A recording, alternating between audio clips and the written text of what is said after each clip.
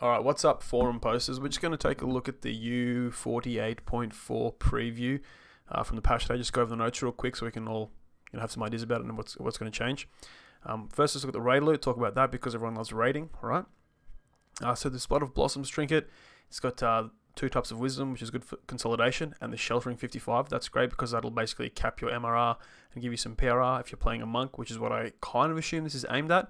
It's got part of the spring set. I don't think the spring set is very good at the moment, but maybe this item will help unlock that set. Alright. This change stone here, I've already seen a fair few complaints about it. So it rolls randomly every time from what I can see. It's not craftable. But in saying that, it looks like there's at least 6x3x3x3, 160 possible combinations you can get on this. I feel like that may be changed, but I could be wrong, and I don't know. It's either you'll never find the right change stone that you want, or you'll get one and then build around what you get. Yeah, it just seems a bit weird. It is Eminence of Summer though, so maybe that'll help some newer players unlock some builds. Bottled Rainstorm trinket. Yeah, it's good for the old lightning and cold caster, which I don't see too much of. Maybe if you're a druid, it is good. It's got fire resistance 83. Awesome. Couple of slots. Slots are kind of coming at a premium these days, so that is cool. And it's Eminence of Autumn, which is, of course, the caster set. So yeah, just more trinkets. Very cool. Okay, Icon of the Bitter Wind here. Superior Heroism. I believe that's +6 compared to Greater Heroism's +4. So it's got the 2 Intimidates on it, so it's obviously a very tank-oriented item with Eminence of Winter. So basically it's just a consolidation item if you're playing a tank. Very cool. It would replace, I guess, the Artifact Ring from Shan if you're using that on your tank, possibly. Not that it would replace being an artifact, it would just replace that item if that's what you wanted to do. Rune Lodestone Necklace. A +5 enhancement bonus to dodge bypass, to bypass the enemy's dodge, right? Yeah, I guess that's handy. It's rare that you'll see a mob dodge if you don't have very high to hit. If you do have very high to hit, anyway.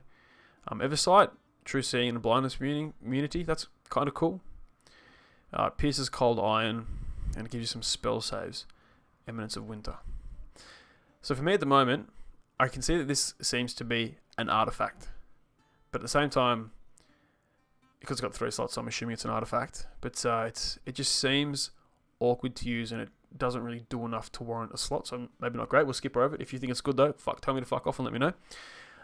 Aspect of the Wild Hunt helmet. It looks to be the only helmet in the raid. So Teeth of Bone. While in any wild shape or shift, your weapons gain piercing and +1 weapon die. I'm always looking for +1 weapon die. I think that's pretty cool. It helps with your base damage, and everything else expands out from that. So it'll work when you are in a bear or druid form, or if you're shifting as a shifter. So it's kind of aimed at shifters to make them a little bit better. It's got con on it.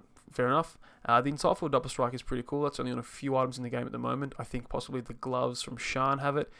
And that's all I can think of right now. Elemental Resistance 45 across the board. Very cool. And it's Eminence of Summer.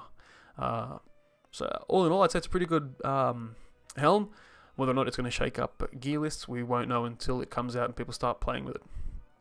The Driftwood Rune Arm. It's got Salt Shot. I'm not sure what the Salt Shot is, but if it's anything like the other ones, it's just a decent chunk of untyped damage, right? It's got the Impulse damage for your Force spells there, and Corrosive Salt Guard. I don't think guards are very cool these days, but if you are running like low difficulty content, it may be cool. Also, Corrosive Salt Guard was on a green steel years and years ago, from memory. Hearsome's Fiddle, all hanging out to see if this is a really cool cosmetic, of course. Otherwise, it seems to be aimed at bards. Good luck +5, yeah, sure. Insightful Resonance and Quality Resonance. That's cool for your Greater Shout type spells. And a couple of slots events for Spring. So, the Spring is seems to be a DPS set, right? So I guess they want you to play a swashbuckling bard with Hearsome's Fiddle. That's cool. Cool for flavour. Hopefully it's good cosmetic. Not sure if it's an amazing item though. Okay, the Magmatic Reaver here, the Great Axe. So what is a shame about this is that Basma Wrath exists. So it's weird that they've gone straight into a similar kind of axe. This effect here, dripping with magma. This obsidian weapon drips with magma, blah, blah, blah. Your attacks have a high chance to deal very strong fire damage. So that sounds like it's either magma or the ash dot, or debuff from Shroud. That's what I'm thinking it is at the moment. I could be wrong. That's what it sounds like. It has Keen 5 on it, which you basically need to make a raid weapon competitive. Armor piercing plus 34. Excellent. The highest in the game is 36 at the moment, I believe, but 34 is still pretty cool. It applies a stack of vulnerable. A lot of items do that, and the 2 slots. Excellent. But whether or not you're going to get that new axe over Basmarath, I don't think so. Staff of the Summer Solstice quarterstaff here. So it's got the temporary hit point effect, which sounds the same as Affirmation from Shroud. The Purifying Flame Law for your fire and light spell power. So Divine casters. All right. Sacred spell focus plus 2. And plus 20 enhancement bonus to your critical damage with fire spells. So it is a cool item, I guess, but at the same time, I just don't know if quarterstaffs and two-handers in general as a caster are in a great spot right now. You kind of want to have an offhand weapon and a main hand weapon. But we shall see. If this enhancement bonus to your critical damage with fire spells stacks or is the most that is available, it seems pretty cool. Bitter Edge Bastard Sword. Damage dice, notice that there because it's got the Keen 5 is 7. So your attacks have a chance to freeze enemy in a block of ice. That is cool. The save should be about a DC 100. That's not too bad. It's got the vulnerable and 2 slots. Yeah, look, if you're playing a Vanguard build, maybe you could use this. I like the high damage dice. If you're clearing trash, it has the freezing ice. It depends how much it goes off, really, whether or not it's competitive or people use it. But at the moment, possibly not. The only thing going for it is probably this 7 damage die here. Island of the Shadow Greatsword. So this one's only a 5 2d6 plus 6 weapon. There's no keen or anything on it. But it bypasses your incorporeal and ethereal monsters. Sovereign Nightmares on Vorpal hit. So that sounds like it's the same as the Great Sword from White Plume Mountain. The upgrade, right? Yep. Constricting Nightmare. This is kind of cool. So that debuff is the same as Ooze. So it would be the same as the dagger from the Ravenloft pack, by the looks of it. But so just carrying around a debuff is awesome. That increase your damage by a fair bit if you are just by yourself or in a party. Raylia the Frostblade dagger. So another good dagger. Interesting. Not much to say here. The Frostbite on hit for your vulnerable. Yeah, it's kind of boring, average item. Nothing that really sets it apart, from what I can tell. This new effect seems alright. Maybe it stacks up, makes them 5% slower, and it stacks up to 5 times, so 25% slower. Doesn't work on bosses though, but maybe if you're versing an orange named boss, it'll help a little bit. Otherwise, it doesn't seem too good. If I'm wrong though, let me know. The longsword. I was really looking forward to a longsword or Khopesh meta, but I don't think it's going to happen considering the Khopesh doesn't seem like it's going to be released, and this longsword doesn't have the keen bonus on it, but it does have legendary freezing ice on hit. So every time you hit something, it seems like they'll need to make a save or be frozen solid. If that is as good as it sounds, I'd love to see this item in action, and that sounds very cool, so I'll be aiming for one of these. Okay. Valorious the Flameblade, the Scimitar. There's some great Scimitars in the game already. So this one doesn't have keen again, which I feel like is a bit of either an oversight or they don't care, so it's low base damage compared to the average or the past raid weapons. In Overwhelming Incineration, seems pretty cool. If it procs as much as the Magmatic Grasp Gloves proc does, it might be quite rare and only for about, 1,000 damage, give or take, depending on content difficulty. And it's got a blindness proc, so maybe if you're using a range, you can blind a couple of things when you're using your Dance of Death or something. So yeah, we'll have to wait and see how much Overwhelming Incineration does, how often it goes off, but I don't think this item will be competitive at the moment.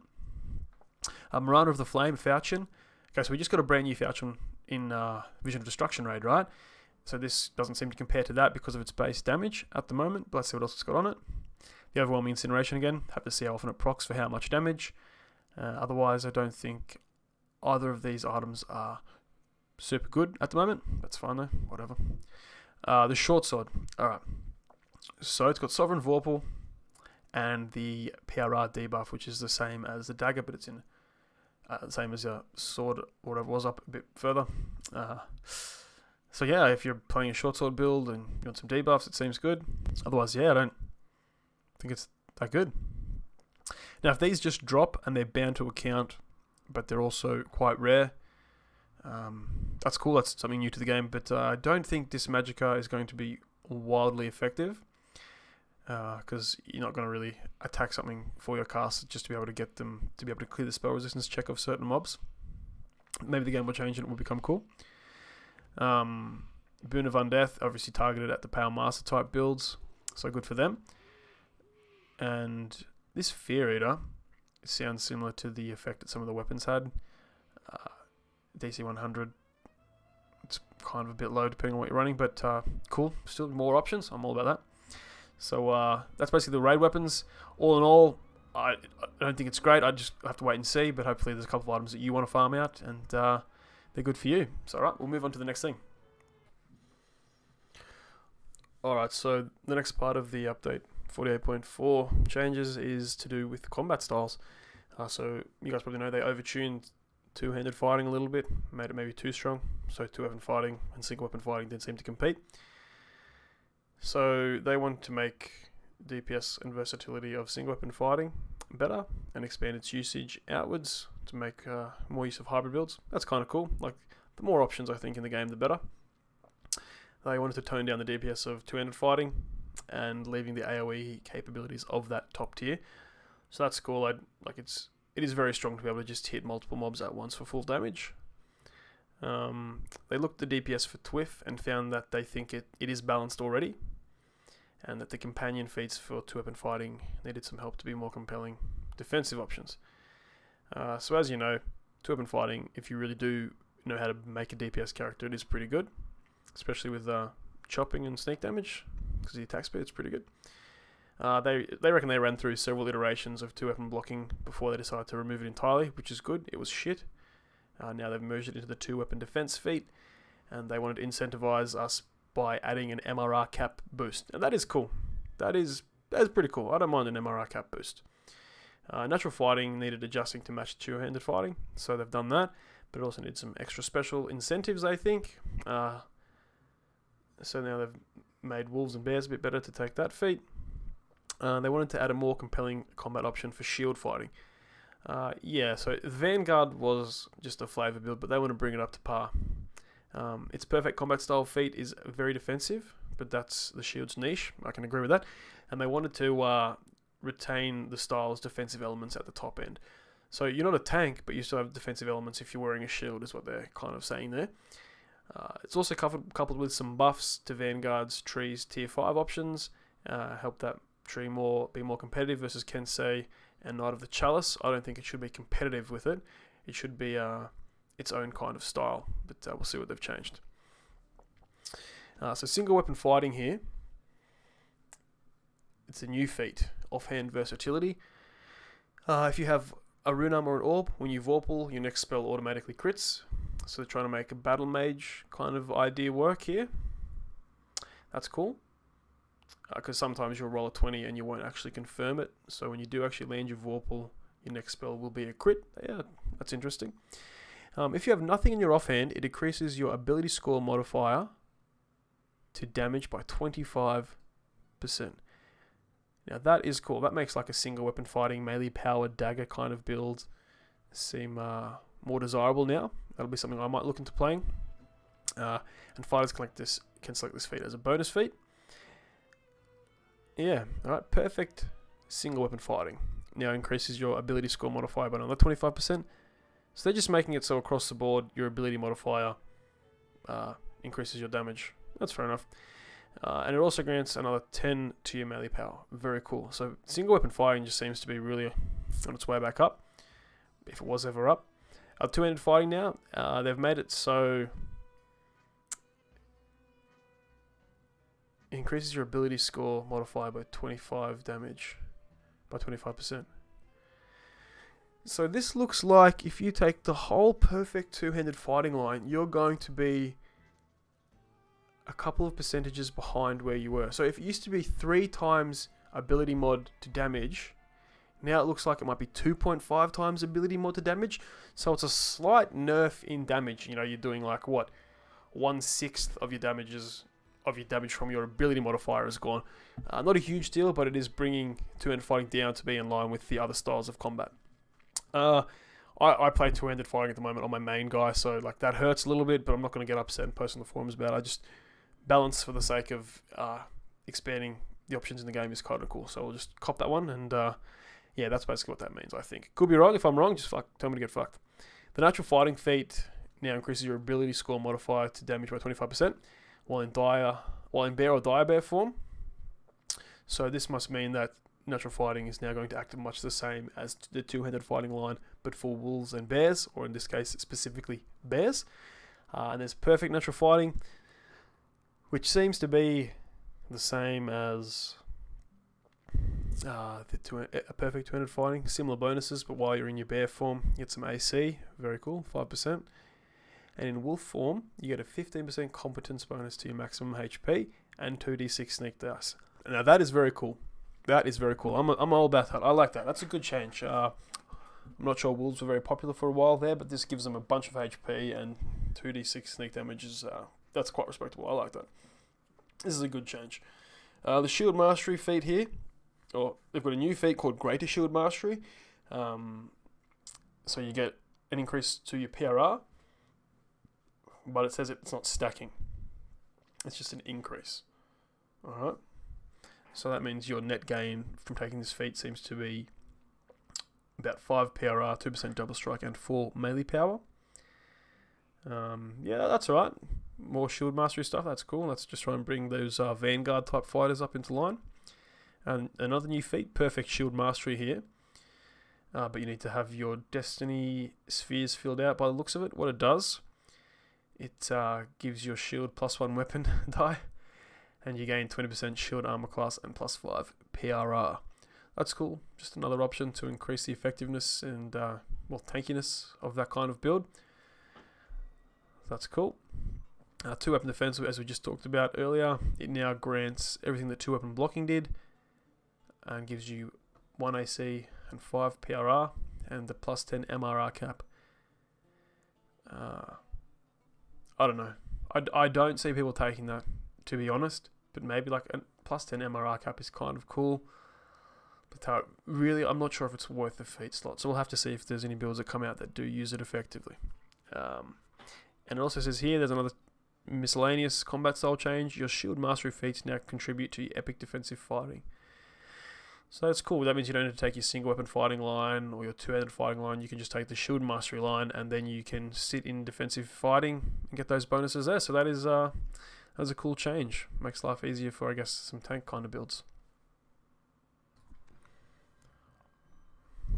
Alright, so with update 48.4, there was some balance changes to spells. Obviously, as we know, sorcerers and alchemists seem to be the strongest classes for doing most content. They do it the fastest, seem to do the most damage. So let's see what they've changed here. To increase the other elements, they've made Iceberg, Thunderstroke, and Acid Wells cooldown reduced to 6 seconds for Sorks and 9 seconds for Wizards. And they've brought Meteor Swarm to be in line with that. So basically, all the big spells of the elements are all meant to be similar now. They've increased the multi-vial cooldown to 9 seconds, and the damage dice has been scaled back. So as you can see, they're making the damage smaller. Master of Spell Vials no longer applies to multi-vial. So that's +10 to your caster level, which is a lot of damage, and if it doesn't work on multi-vial, that really sucks. So again, bring that damage down to give other classes a chance at competing. The multi-vial spells now cost 40 SP for the SLA, as well as the core spell from the book. So the SLA was like unreal. So much damage for so cheap, but with enough boosts and stuff, you can still get these SP costs either to 0 or at least quite low. So that'll be a playstyle thing whether or not you manage that efficiently. Yeah, the max cast level, that's a shame. Meteor Swarm's max cast level has been reduced, so that's a lot less damage that it will do now. But obviously, all in the name of balance. We can't get upset about balance. I understand people invest a lot in things and specific builds, but keeps the game fresh to change things, as heartbreaking as it is. The spell Static Shock has its damage dice increased, as well with Lightning Sphere and Elemental Prod. So they're spells that basically no one seems to use, unless you're an Artificer player and you do use them. Good on you, but I just think they're not very good or competitive at all.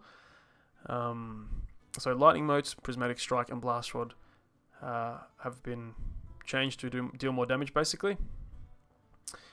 The prismatic strike is one of fire, force, or electric chosen randomly each time. You get 2 of them, and it does some CC effects. That's kind of cool.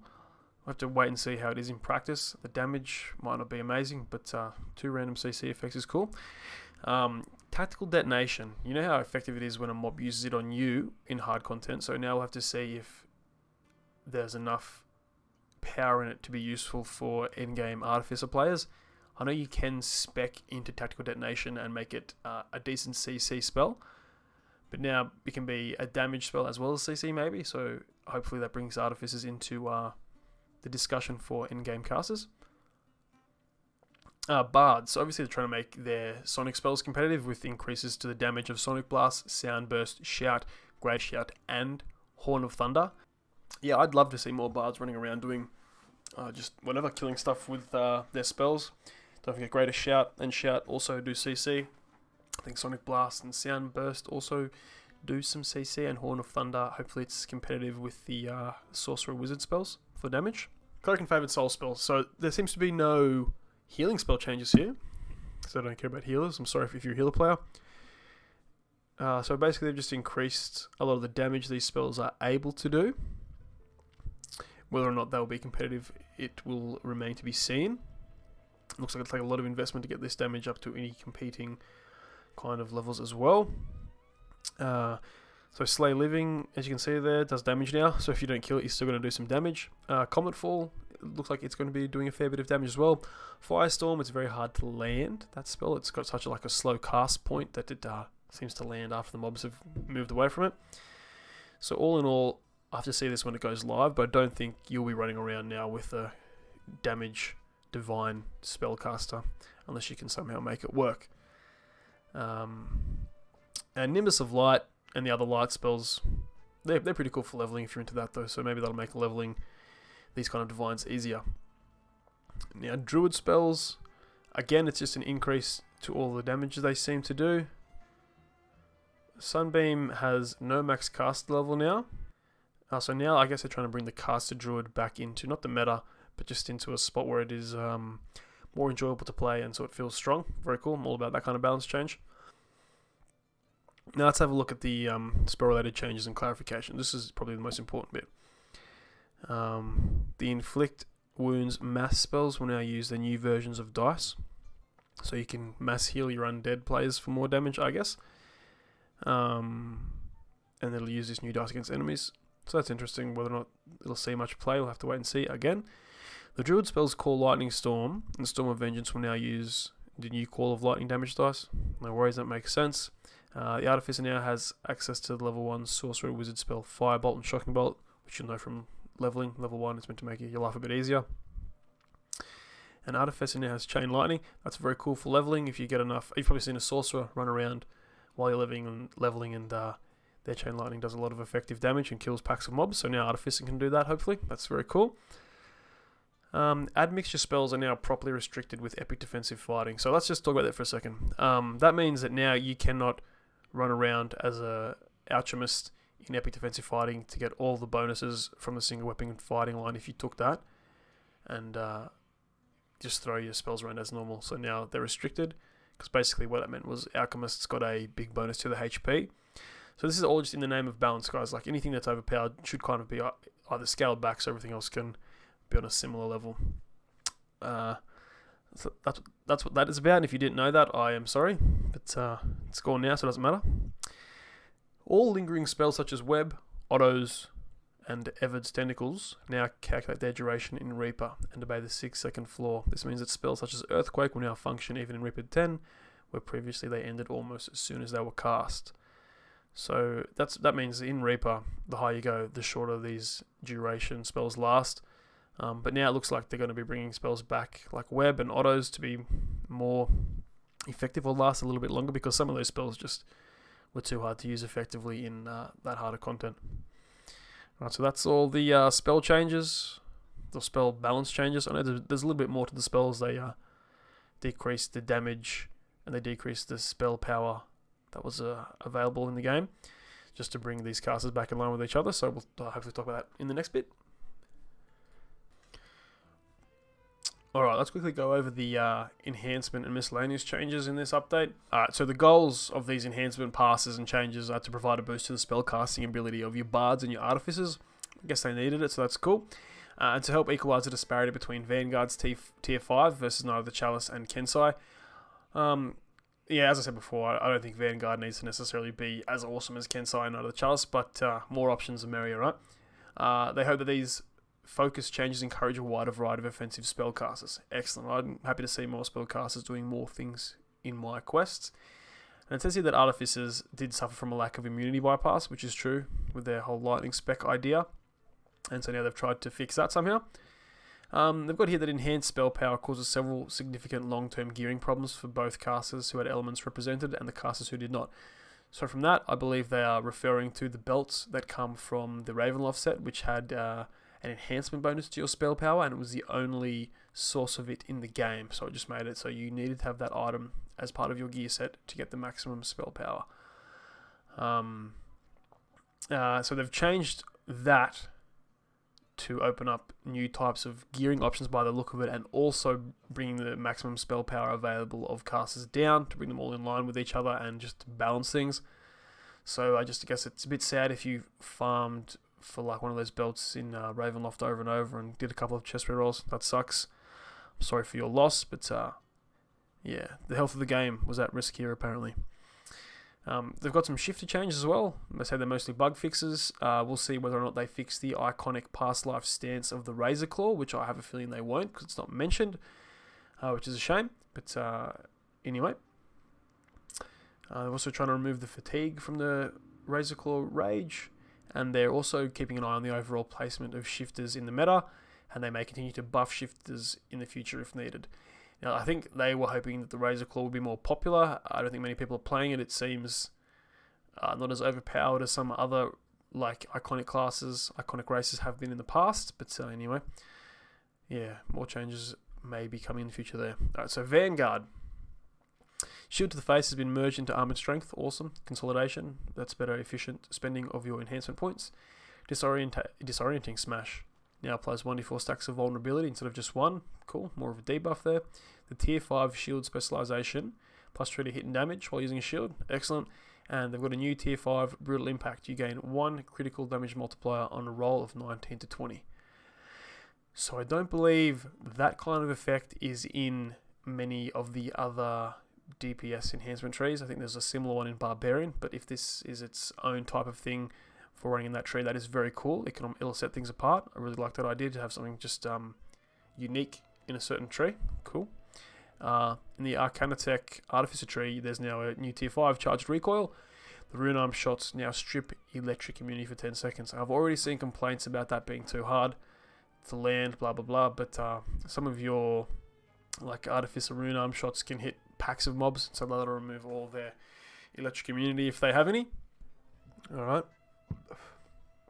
In the Spellsinger Bard tree, it says that their musical studies have been advanced. Musical studies and magical studies are now merged to one single 2 AP enhancement named Advanced Musical Studies, which grants 200 spell points, 3 bard songs, and gives you Hold Monster Mass. Yeah, at level 5. Excellent. So that's just consolidation for a new spell. And your Horn of Thunder SLA is no longer a multi-selector and is now 1 AP per rank. Yeah, cool. I think the Spellsinger could probably use a couple more fancy spells, but on the right track here. And Shifter and the Razorclaw Shifter. So the Beast Hide, Wild Hunt, and Razorclaw Shift feats now clearly state their effects block things that cannot be used while raging, just to make things clear. And your Destructive Shifting now means you are immune to fatigue, which is handy because it's a pain in the ass to lose your rage and then go slow from your fatigue. Threatening Shift now also grants plus 10 PRR in addition to its existing effects. That's just trying to bump things up in the tree there. The Threatening Shift was I think it's a stance that when you are shifted, you gain more hate from your attacks and spells. And True Hunter now properly lists its freedom of movement effect and no longer lists its non-existent immunity to petrification. Okay, so there's plenty of bugs in the game they could fix, but whatever they do fix, fuck, that's fine. A couple more changes here. As I said before, the enhanced spell power from all sources is now typed as equipment spell power. As I said, it's going to bring the maximum spell power of casters down, and it'll make your gearing choices a little bit different. Another last thing here, improved martial arts now work with all weapons you are centered with, instead of just the basic key weapons.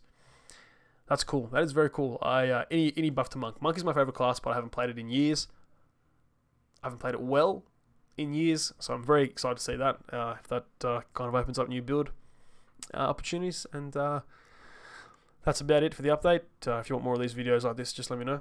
And I'll see you on the next video.